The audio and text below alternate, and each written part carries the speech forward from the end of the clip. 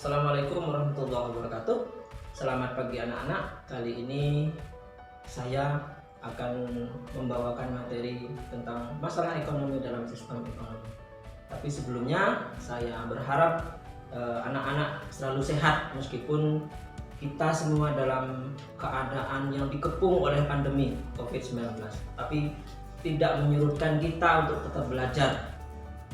Kali ini kita akan berbicara tentang masalah ekonomi dalam sistem ekonomi.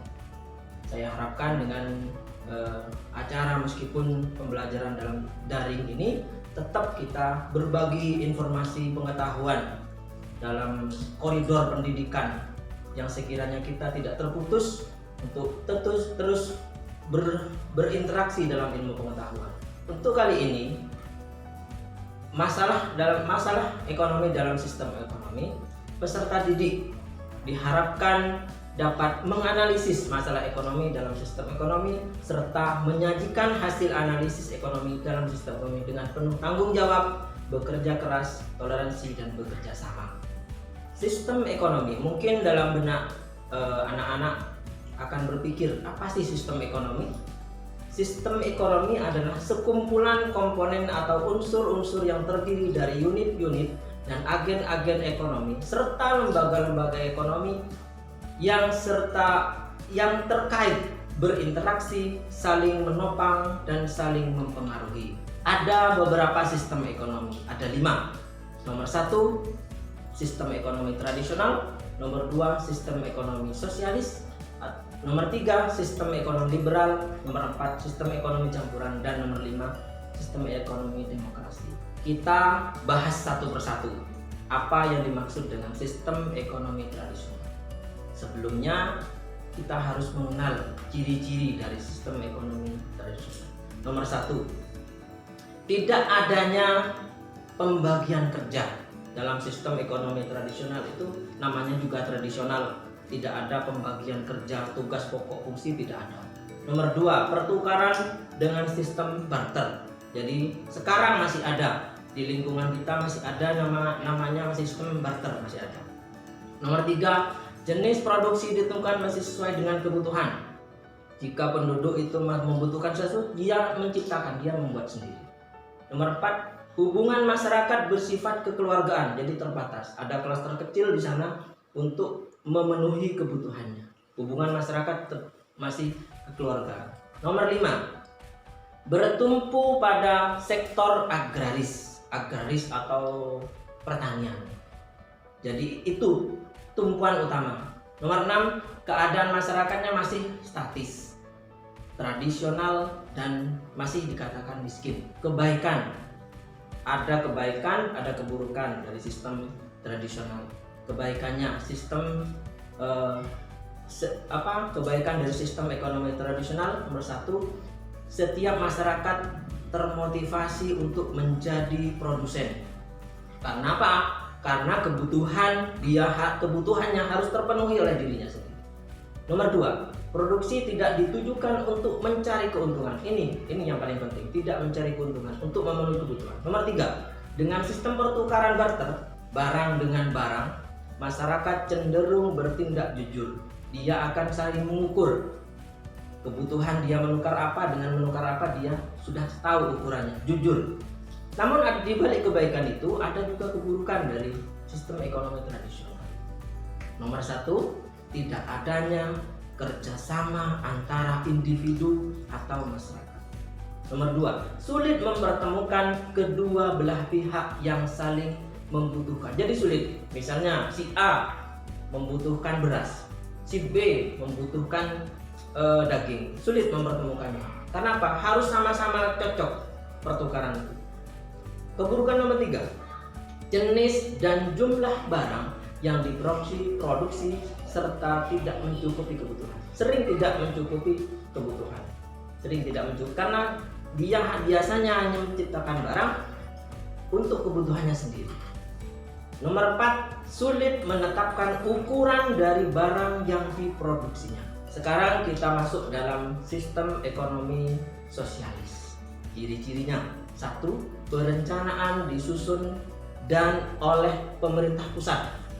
Jadi pemerintah pusat yang mengatur semuanya, sistem ekonomi sosialis itu. Nomor 2, semua alat produksi dikuasai oleh negara. Semua alat produksi dikuasai oleh negara. Nomor 3, produksi, distribusi, dan konsumsi diatur secara terpusat semuanya oleh satu komando. Nomor 4, inisiatif dan hak milik perorangan dibatasi. Keburukan sosialis, ada keburukan, ada kebaikannya. 1, kebaikannya, pemerintah bertanggung jawab penuh dalam perekonomian. Nomor 2, relatif tidak ada jurang pemisah antara si miskin dan orang kaya, hampir tidak ada. Nomor 3, hasil produksi dapat dinikmati secara merata semuanya. Nomor 4, mudah melakukan pengendalian harga. Kenapa mudah? Karena satu komando, satu kendali yang dilakukan oleh pemerintah. Ada keburukannya juga. Nomor 1, hak milik perorangan sangat dibatasi dan rakyat kurang memiliki pilihan. Nomor 2, potensi dan daya kreasi tidak berkembang. Karena apa?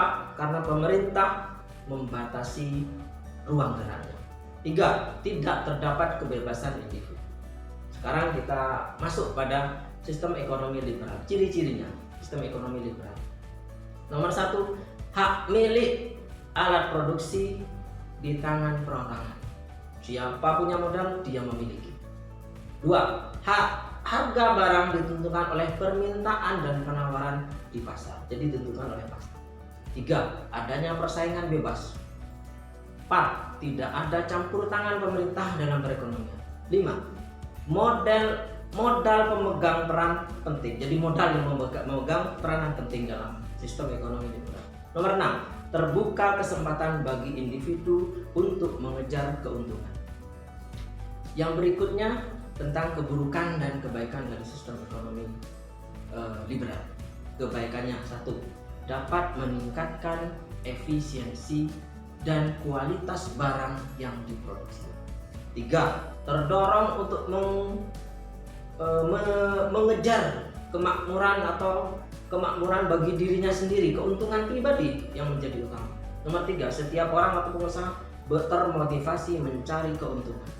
Nomor 4, pemilihan sektor usaha disesuaikan dengan kemampuannya.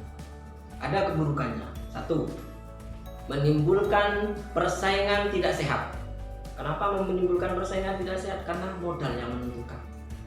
2, terdapat kesenjangan antara kaya dan miskin.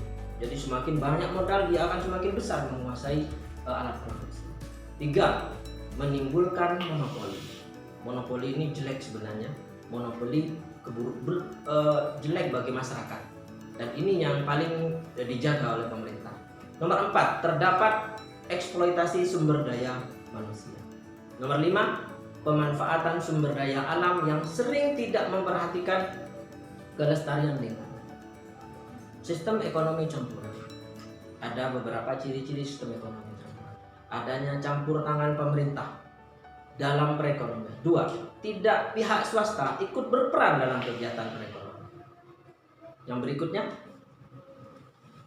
kebaikan dan keburukan dari sistem ekonomi campuran.